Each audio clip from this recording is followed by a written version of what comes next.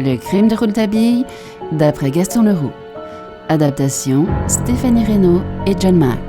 Interprétation, Patrick Blandin, Patrick Martinez-Bourna, Philippe Collin, Stéphanie Reynaud, Frédéric Chevaux.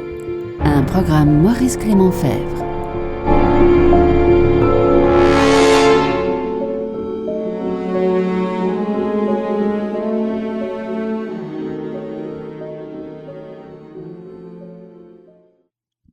Or, il fut tiré de cette torpeur douloureuse et salutaire par le bruit que fit près de lui une petite pierre qui venait de tomber. C'était une pierre qui arrivait par la cheminée. Et certainement, elle ne s'en était pas détachée toute seule, car elle était enveloppée d'un papier sur lequel l'inventeur se jeta sournoisement et qu'il déploya d'une main tremblante, après avoir constaté qu'il était bien seul et que nul ne pouvait le surprendre. Le malheureux savant lut. « Espérez, vous n'êtes pas abandonné, soyez au travail ici toutes les nuits, à 4 heures du matin, et faites exactement tout ce qui vous sera ordonné par celui qui signe Titania. » Le cortège retraversait maintenant toute l'usine. Lacandeur, qui venait d'être rejoint par Rouletabille, ne quittait plus des yeux certains personnages qui se rapprochaient insensiblement de nos deux pompiers. C'était Nelpas Pacha, lequel devait être un peu fatigué par toutes ces tribulations infernales car il traînait visiblement la jambe. Un instant même, il laissa passer devant lui tous ses collègues et les officiers qui les accompagnaient, s'arrêtant comme s'il prêtait une attention spéciale à quelque travail qui n'avait cependant rien de bien spécial, puis il reprit son chemin. Mais, pour regagner son groupe, il dut passer auprès de Rouletabille et il eut le temps d'entendre ces mots prononcés nettement, quoique d'une voix sourde. « Tout va bien. Il faut que tu sois au déjeuner des fiançailles de la nièce de Von Berg. » Nelpas Pacha hocha la tête d'une façon où il n'y avait pas à se méprendre. Il n'aurait pas fourni de réponse plus catégorique s'il avait pu prononcer ces mots. C'est entendu. Et il hâta le pas. « Ouais, il m'a même pas regardé !»« Mais toi, tu le regardes trop, gros imbécile. »« Merci pour la langouste !»« Ferme !» Les deux compagnons ne se dirent plus un mot jusqu'à l'entrée du fameux mur de bois qui clôturait l'espace réservé à la construction de ce que l'on avait cru jusqu'alors être un nouveau modèle de Zeppelin.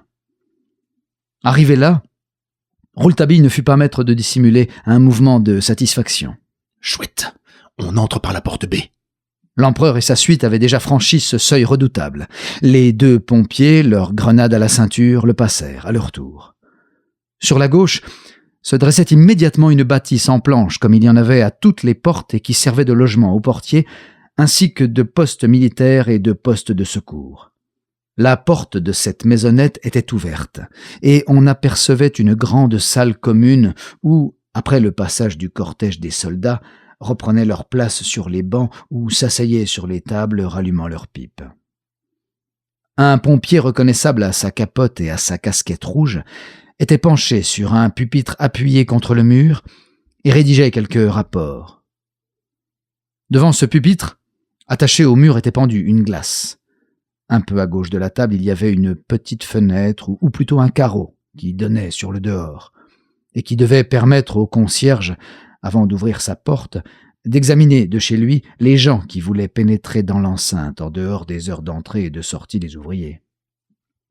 C'était dans cette pièce également que se faisait la distribution des jetons, ou que l'on recevait les jetons d'identité quand passaient les équipes. Rouletabille, d'un coup d'œil aigu, s'était rendu compte de la disposition des lieux et de la place occupée par les personnages qui s'y trouvaient. Il dit à Lacandeur : « Tu vas me suivre, et quoi qu'il arrive, fais le sourd et ne te démonte pas. » À leur entrée dans la salle, les soldats qui s'étaient mis à fumer et à bavarder ne leur prêtèrent aucune attention. Seul le pompier qui avait fini son rapport et qui s'était retourné les dévisagea assez curieusement. L'air redoutable de Lacandeur lui en imposa immédiatement. Mais comme Rouletabille se dirigeait vers le pupitre qu'il venait de laisser, le pompier ne put résister à l'envie de lui demander dans sa langue natale « Que venez-vous faire ici ? Votre section n'a rien à faire ici. » Rouletabille lui montra d'un clignement d'œil le terrifiant Lacandeur et prononça ce simple mot. Polizei. Aussitôt, l'autre, qui venait de voir passer l'empereur et son cortège, imagina qu'il avait en face de lui de hauts personnages de la police occulte et rectifia la position. Pas un mot et laisse-moi faire mon rapport. Le pompier salua, et Rouletabille se mit à écrire sur les feuilles de papier blanc qui se trouvaient là.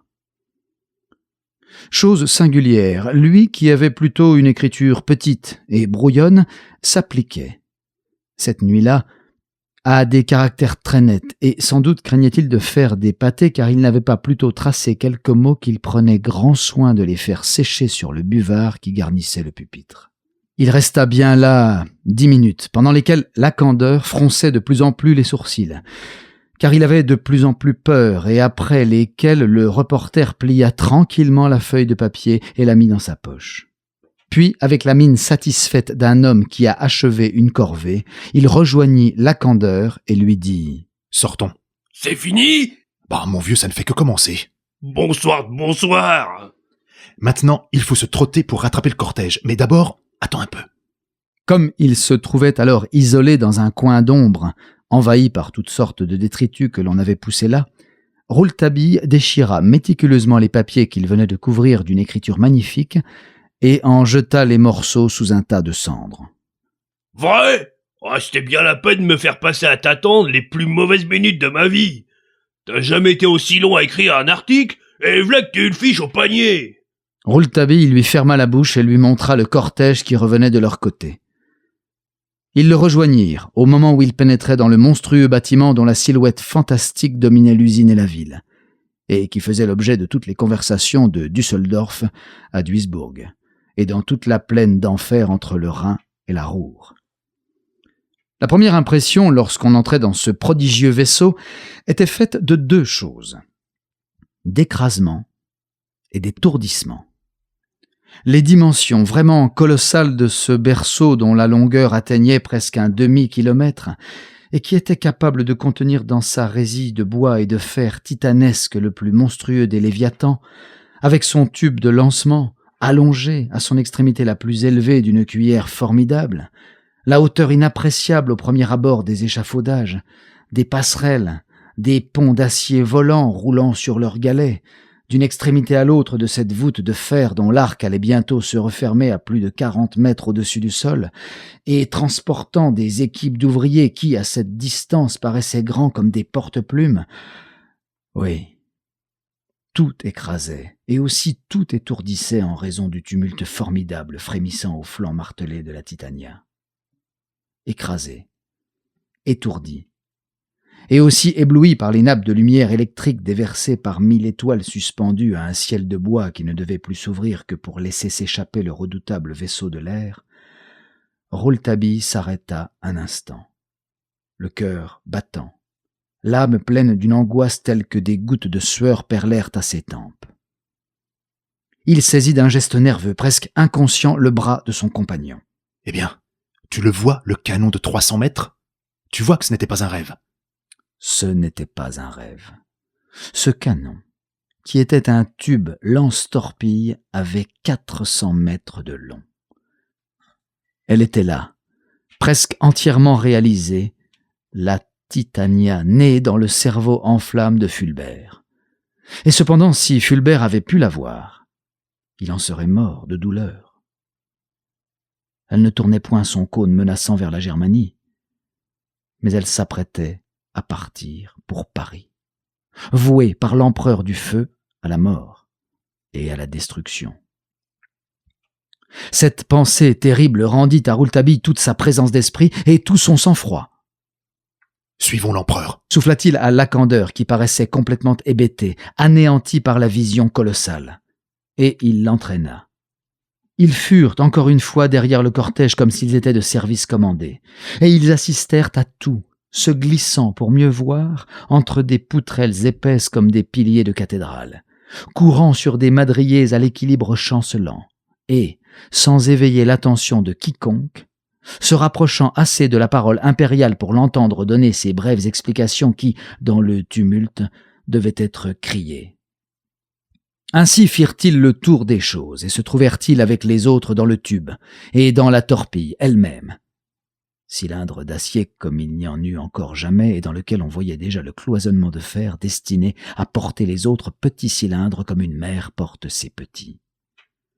L'empereur expliquait tout, donnait des détails sur les divisions principales de l'engin, s'arrêtait au vérin hydraulique qui, au moyen d'haussières en acier, ouvrait et fermait la porte de chargement, faisait admirer les dimensions inouïes des accumulateurs d'air comprimé pour le lancement initial de la torpille qui, aussitôt sortie du tube, ne marchait plus que par ses propres moyens. Enfin, il s'attachait à donner toute sa signification à l'orientation de l'appareil. Nord-est, sud-ouest, sur Paris. Et il ajouta: Sur Paris d'abord, car le tube pourra resservir et contenir à nouveau d'autres Titania si c'est nécessaire. Et nous en dirigerons le tube vers tous les points de la Terre qu'il faudra, car le tube, comme vous allez le constater, peut pivoter sur une prodigieuse plateforme circulaire. Plateforme qui peut servir encore à la dernière minute, car les bâtiments provisoires qui nous entourent auront été abattus, à préciser mathématiquement la direction ou à la modifier.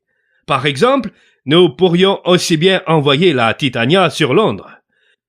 Si nous ne le faisons pas, c'est qu'il y a chez nous des gens qui n'aiment pas Londres, tandis que tout le monde aime Paris, et le monde entier pleurera.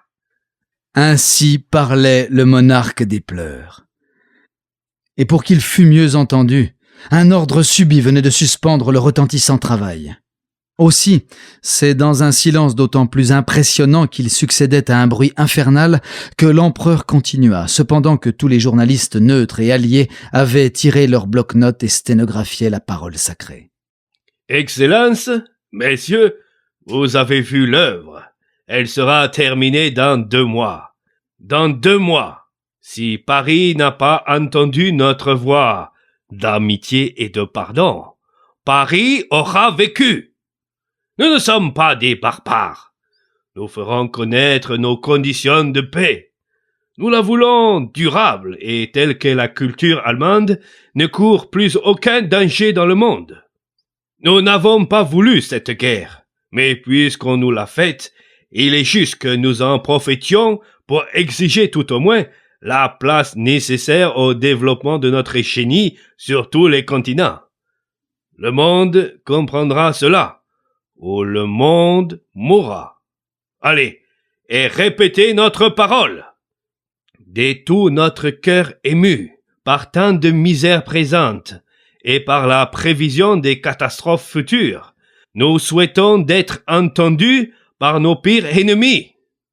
Ceux-ci connaissent la puissance de l'œuvre qu'ils avaient imaginée contre nous, et que nous retournons contre eux. Vous pourrez leur dire que vous avez vu travailler en toute liberté à l'achèvement du plus terrible engin qui soit sorti de la pensée de l'homme, celui qui, avec Fulbert, en a tracé les premiers plans, on a expérimenté en Angleterre les premiers effets, et qui consent aujourd'hui à faire servir sa vengeance contre une ville et un peuple qui l'ont condamné et qu'il maudit, à la réalisation de nos desseins sur l'avenir et les bonheurs de l'humanité. En même temps qu'il prononçait ces dernières paroles, l'empereur montrait, quasi suspendu au-dessus du vide, singulièrement accroché à l'extrémité d'une passerelle d'où l'on dominait tous les travaux de la Titania, la silhouette tourmentée d'un homme qui avait la tête dans les mains et qui regardait ce qui se passait sous lui avec des yeux de fou. C'était le Polonais. C'était Serge Kanievski, c'était le fiancé de Nicole. Entendit-il les derniers mots de l'empereur ? Se trouva-t-il gêné par tous ces regards tournés vers lui ? Toujours est-il qu'il se releva et s'en alla d'une démarche lente vers d'autres points et d'autres passerelles. Au coin de l'une d'elles, il se croisa avec un pompier qui semblait faire une tournée d'inspection et qui prit le temps de lui dire rapidement en passant « Les promenades vont reprendre. Soulevez le couvercle du pupitre, près du carreau de la porte B, et regardez le buvard dans la glace.